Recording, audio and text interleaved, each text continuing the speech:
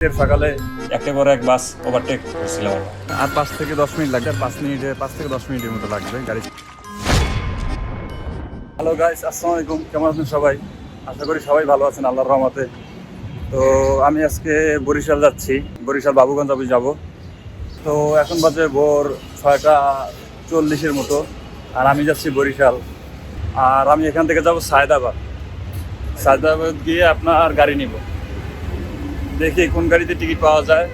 So এখন আছে আমি পান্থপথ মোড়ে। তো চিন্তা করছি যে পান্থপথ থেকে কি নিয়ে যাওয়া যায় তাড়াতাড়ি সায়দাবাদ। তো তারপর আমি বাইক নিলাম, বাইক নিয়ে, কারণ বাইকে তাড়াতাড়ি হবে।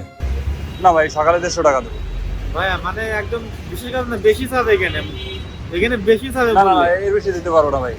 এখন দেখেন 80 টাকা দিয়ে না তাই আর ই করে না, ঠিক আছে? আচ্ছা চলে। সো বাইকে উঠলাম, বাইক ওঠার পরে ক্যামেরায় নিজের ফেসটা একটু দেখলাম, যে ফেসের 12টা বাজে, ঠিক আছে।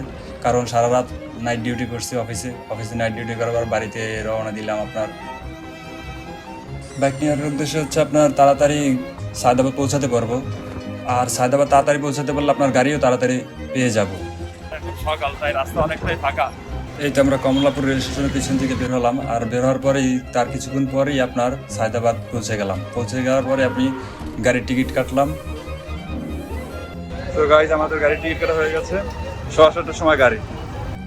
সো গাড়িতে ওঠার কিছুক্ষণ পরে গাড়িটা ছেড়ে দিল, কিন্তু আমি সিট পেয়েছি গাড়ির একেবারে পিছনে, উইন্ডো সাইড সিট পেয়েছি, এই জন্য আপনার ভালোই লাগছিল। তো যাই হোক, তারপর কিছুক্ষণ পরে পোস্তগোলা ব্রিজ চলে আসছে। পোস্তগোলা ব্রিজ থেকে আপনার এই অসাধারণ ভিউটা দেখছি, ভালোই লাগতেছে। আর এইরকম মনোমুগ্ধকর ভিউগুলো দেখতে দেখতে কখন যে পদ্মা সেতুতে পৌঁছালাম টেরও পেলাম না। আর যখন পদ্মা সেতু পৌঁছালাম, পদ্মা সেতুর এই সূর্যের ভিউটা অসাধারণ ছিল।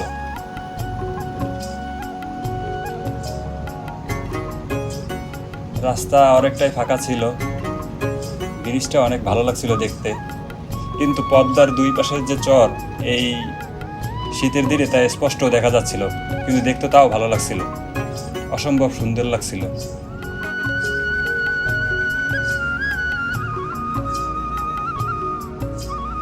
দেখেছেন কত বড় চর।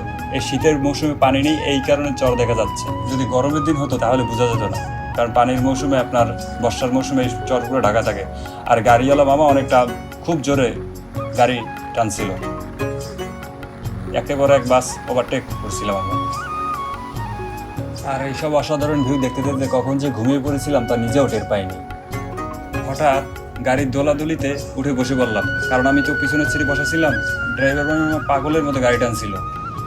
সো গাইজ দেখুন, এখন আমি পিছনের সিটে বসা, আর আমার অবস্থা পুরোই খারাপ। ইনি হচ্ছে আমাদের এই সাকুরা পরিবার গাড়ির সুপারভাইজার। ভাই, আপনি কিছু বলুন। ধন্যবাদ আপনাকে। আমি মোহাম্মদ আলমগীর হোসেন, মোটবাড়ি রোডে আছি, পোস্ট নাম্বার 109 নিয়ে মোটবাড়ির দিকে যাচ্ছি। হয়তো আজকে আমাদের ট্রিপ শেষ, শিডিউল ভেঙে গেছে। না, সেদিকে শিডিউল শেষ, আমাদের পকেট রোড আমি শিডিউলে ছিলাম, আজকে থেকে হয়তো যে কোম্পানি যেখানে পাঠাবে সেখানে যেতে হবে। ধন্যবাদ আপনাকে। আশা করি ইনশাল্লাহ আপনার সাথে দেখা হবে বিভিন্ন রোডে। আপনার নাম্বারটা আমি এখানে ডিসক্রিপশনে দিয়ে দেবো, থ্যাংক ইউ। সো গাইস, এখন আমরা আছি সাকুরা ফিলিং স্টেশনে, যেটা উজিরপুরে আর কি। বরিশাল চলেই আসছি, আর 5 থেকে 10 মিনিট লাগবে বরিশাল যেতে, মানে রহমতপুর যেতে। তো এখন বাজে সকাল 10:20, আর আমরা আছি এখন উজিরপুর সাকুরা ফিলিং স্টেশনে। এখান থেকে রহমতপুর যেতে আর 5 থেকে 10 মিনিটের মতো লাগবে গাড়ি ছাড়ার পরেই। তো তারপর ওখান থেকে বাবুগঞ্জ চলে যাব। এখন যাত্রা বিরতি চলতেছে 20 মিনিটের, আর আমি হালকা পালকা কিছু নাস্তা করলাম। নাস্তা করার পর এখন আপনার হাঁটছি। আর এইটা হচ্ছে রহমতপুর। এখন এখান থেকে সিএনজি নেব। আর এই যে এই দেয়ালটা দেখতে পাচ্ছেন, এই দেয়ালের ওই পাশেই হচ্ছে বরিশাল এয়ারপোর্ট। তারপরে এই সিএনজিতে বসলাম। সিএনজিতে বসার পরে সিএনজি মামার সাথে কতক্ষণ খাওয়া দাওয়া করলাম। আর বরিশাল পৌঁছতে আমার প্রায় 3 থেকে 3.5 ঘন্টা সময় লেগেছিল। যেহেতু ঘুমিয়েছিলাম সেহেতু কিছুই টের পাই নাই। সিএনজি মামার সাথে গল্প গুজব করলে একা কাপড়ের সাথে পরিচয় হলাম, ভালোই লাগলো। সো গাইস, ফাইনালি পৌঁছে গেলাম আপনার এই তো বাবুগঞ্জ 5 রাস্তা। গাইস, চলে আসলাম বাবুগঞ্জ। আর আপনারা আমাকে এরকম উৎসব দেখতে পারেন, কারণ সারা রাত আপনার নাইট ডিউটি করলাম। নাইট ডিউটি করার পরে আপনার সকাল 7টার দিকে বরিশাল রওনা দিলাম। তো এই কারণে আপনারা আমাকে এরকম দেখতে পারেন, ওদের কিছু মনে করবেন না। আবার বাসার জন্য কিছু জিনিসপত্র আর এই ফল নিলাম। তো বাসা চলে আসছি প্রায় কাছাকাছি, সামনেই বাসা চলে আসছি কিছু তাড়াতাড়ি। আর কিছু এদের সামনে আমাদের বাসা। অ্যাকচুয়ালি আগে বরিশালে বাসা ছিল, লাস্ট 2 বছর ধরে আমরা পুরো ফ্যামিলি নিয়ে এখানে শিফট হয়ে গেছি। সো এই ছিল বিষয়। যদি আমার ভিডিওটা ভালো লাগে তাহলে লাইক, কমেন্ট, সাবস্ক্রাইব করবেন। আর সবাই ভালো থাকবেন। ধন্যবাদ।